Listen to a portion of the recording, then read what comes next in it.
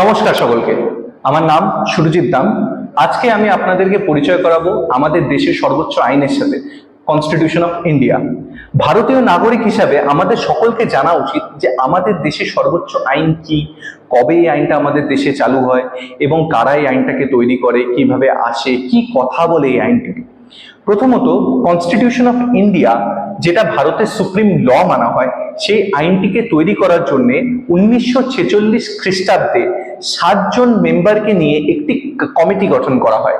সেই কমিটিকে হেড করে ডক্টর বি.আর. আম্বেদকর।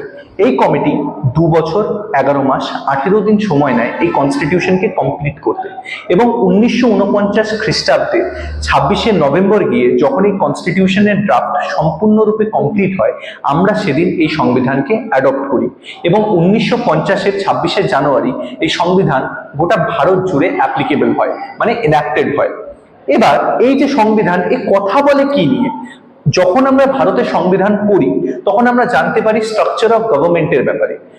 গভর্নমেন্টের ক্ষমতা, তার পাওয়ার, জনগণের কি অধিকার রয়েছে, fundamental right, fundamental duties, directive principle of state policies, গভর্নমেন্টসের বিভিন্ন organ, supreme court, high court, এই বিভিন্ন বিষয়ের অধিকার সম্পর্কে আমরা জানতে পারি ভারতের সংবিধানের দ্বারা।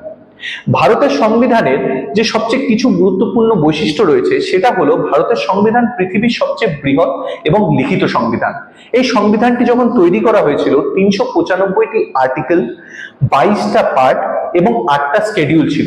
বর্তমানে অ্যামেন্ডমেন্ট প্রসিজিয়ারের দ্বারা 2024-এ এসে দাঁড়িয়ে 448টার মতো আর্টিকেল, 25টা পার্ট এবং 12টা স্কেডিউল রয়েছে এই কনস্টিটিউশনে। কনস্টিটিউশন বিভিন্ন বিষয়কে নিয়ে কথা বলে, এটা তো আমি আপনাদের আগেই জানালাম। তো আজকে যেটা আমরা কিছুটা জানবো সেটা হলো আমাদের সাংবিধানিক অধিকার নিয়ে। ভারতের নাগরিক হিসাবে যেহেতু আমরা জন্মেছি, আমরা কিছু সাংবিধানিক অধিকার এই দেশে আমরা পেয়ে থাকি, যেটার কথা হয় পার্ট 3-তে। ভারতীয় কনস্টিটিউশনে পার্ট 3 মানে আর্টিকেল 12 থেকে আর্টিকেল 35 অব্দি, 12 to 35 অব্দি কথা বলে হলো কনস্টিটিউশনের ফান্ডামেন্টাল রাইট কে নিয়ে পার্ট 3, যেখানে কিছু উল্লেখযোগ্য গুরুত্বপূর্ণ অধিকার হলো article 14, equality before law, equal protection of law. তার মানে আইনের চোখে আমরা সকলে সমান এবং সমানভাবে সুরক্ষা পাওয়ার অধিকারী। আর্টিকেল 15 আমাদেরকে বলে যে কোনো ব্যক্তিকে তার জাত, পাত, ধর্ম, বর্ণ, তার জন্মস্থান নিয়ে আমি কখনো বিচার করতে পারবো না। আর্টিকেল 16 আমাকে বলে যে কোনো ব্যক্তিকে যদি সরকারি চাকরির জন্য সে যদি যায়, তাহলে তার জাত, পাত, ধর্ম, বর্ণ, লিঙ্গের উপর ভিত্তি করে আমি তাকে বিচার করতে পারবো না, কিন্তু কিছু স্পেশাল প্রভিশন এখানে বলে দেওয়া হয়েছে ব্যাকওয়ার্ড ক্লাসেসদের জন্য। আর্টিকেল 17 আমাকে শেখায় যে কোনো ব্যক্তিকে আমি কখনোই ছুয়াছুতের জন্য কোনো রকম কিছু করতে পারবো না, অর্থাৎ ছুয়াছুত ভারতে সম্পূর্ণরূপে আনকনস্টিটিউশনাল, অসাংবিধানিক। আর্টিকেল 18 আমাকে বলে অ্যাবলিশন অফ টাইটেল, অর্থাৎ আমি কোন রকম টাইটেল, আপনাদের সারনেম নয়, টাইটেল বলতে বোঝাচ্ছে ধরে চলেন আপনি যদি রাজা মহারাজা, আগেকার দিনে যেরকম ব্যবহার হতো, এছাড়াও বিদেশ থেকে অনেক সময় অনেককে টাইটেল দেওয়া হয়, যেরকম ভারতরত্ন আমাদের দেশে আছে, পদ্মভূষণ আছে, পদ্মবিভূষণ আছে, এগুলি আপনি অবশ্যই হোল্ড করতে পারেন, কিন্তু আপনার অফিসিয়াল ডকুমেন্টেশনসে তো আপনি এগুলিকে রাখতে পারেন না কোনোদিনও, আপনি লিখতেও পারেন না। আপনার আধার কার্ড বলেন, ভোটার আইডি কার্ড বলেন, সেই ক্ষেত্রে কি এই জিনিসগুলো আপনি লিখতে পারবেন? সেখানে পারবেন না। আর্টিকেল 19 যেটা সবচেয়ে গুরুত্বপূর্ণ অধিকার দেয় আমাদেরকে, 6টা fundamental right. Article 19 subclause 1A যেটা সবচেয়ে গুরুত্বপূর্ণ অধিকার একটা নাগরিককে স্বাধীনভাবে বাঁচার জন্য, সেটা হলো right to freedom of speech and expression.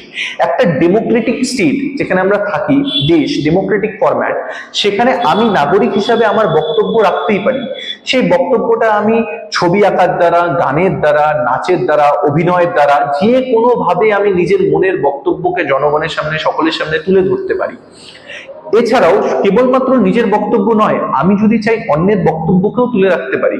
যেমন right to freedom of press, আজকে খবরের কাগজ বলেন, মিডিয়া রিপোর্টিং বলেন, তারা জনগণের কথাকে জনগণের সামনে তুলে ধরে। কোন অধিকারের দ্বারা? আর্টিকেল 19 সাবক্লস 1A অধিকারের দ্বারা। আর্টিকেল 19 সাবক্লস 1B যেটা আছে, সেটা আমাদেরকে অধিকার দেয় যে কোনো রকমের সমাবেশ, পিসফুল অ্যাসেম্বলি জয়েন করার উইথাউট আর্মস, অর্থাৎ অস্ত্র ছাড়া আমি যে কোনো শান্তিপূর্ণ সমাবেশে যোগদান করতে পারি, এটা আমার সাংবিধানিক অধিকার। আর্টিকেল 19 সাবক্লস 1C আমাকে অধিকার দিচ্ছে যে আমি যে কোনো ইউনিয়ন বা অ্যাসোসিয়েশন ফর্ম করতে পারি। আর্টিকেল 19 সাবক্লস 1D আমাকে অধিকার দিচ্ছে যে ভারতের সীমানার ভিতরে আমি যে কোনো প্রান্তে ঘুরে বেড়াতে পারি। আর্টিকেল 19 সাবক্লস 1D আমাকে আমাকে অধিকার দিচ্ছে যে আমি ভারতের যে কোনো স্থানে রিসাইড বা সেটেল হতে পারি। আর্টিকেল 19 সাবক্লস 1F আমাকে সম্পত্তির অধিকার দিত, কিন্তু বর্তমানে এই অধিকারটি ভারতীয় সংবিধানে আর লাগু করা হয় না, এটিকে ডিলিট করে দেওয়া হয় বা অ্যাবলিশ করে দেওয়া হয়। এবং আর্টিকেল 19 সাবক্লস 1G যেটা আছে সেটা আমাকে নাগরিক হিসাবে অধিকার দিচ্ছে আমি যে কোনো ধরনের পেশা, ব্যবসা, যে কোনো কিছু আমি ফলো করতে পারি, ট্রেড, অকুপেশন, প্র্যাকটিসেস আমি করার অধিকারী। কিন্তু এই যত অধিকার আছে এগুলো কিন্তু একটাও অ্যাবসলিউট নয়। প্রয়োজন পড়লে আইনের দ্বারা আপনার অধিকারকে রেস্ট্রিক্টেড করা যেতে পারে। দেখুন, একটা কথা বুঝুন, আপনাকে বাক স্বাধীনতা তো দেওয়া হলো, তার মানে তো এটা নয় আপনি যাকে খুশি যা খুশি অপমান অপদস্থ করবেন, এটার অধিকার তো আপনি পাবেন না। আপনি যে কোনো সমাবেশে যোগদান করতে পারবেন, কিন্তু অস্ত্র নিয়ে কোনো সমাবেশে যোগদান করার কিন্তু বেআইনি, সম্পূর্ণরূপে অসাংবিধানিক। আপনি যে কোনো ইউনিয়ন বা অ্যাসোসিয়েশন তৈরি করতে পারেন, কিন্তু তার অবজেক্ট যেন আইনত হয়। বেআইনি অবজেক্টের উপর ভিত্তি করে কিন্তু আপনি কোনো ইনস্টিটিউশন, অ্যাসোসিয়েশন বা ইউনিয়নের গঠন করতে পারবেন না। আপনি ভারতের সকল প্রান্তে ঘুরে বেড়াতে পারবেন, কিন্তু সেই জায়গাতে যেতে পারবেন না যেগুলি ভারতীয় আইন দ্বারা বা সরকারের দ্বারা সম্পূর্ণরূপে প্রোহিবিটেড বা রেস্ট্রিক্টেড। আপনি সেই জায়গাগুলোতে সেটেল হতে পারবেন যেখানে আপনাকে অনুমতি দেওয়া হচ্ছে, কিন্তু যেগুলি রেস্ট্রিক্টেড জোন আপনি সেখানে কিন্তু রিসাইড বা সেটেল হতে পারবেন না।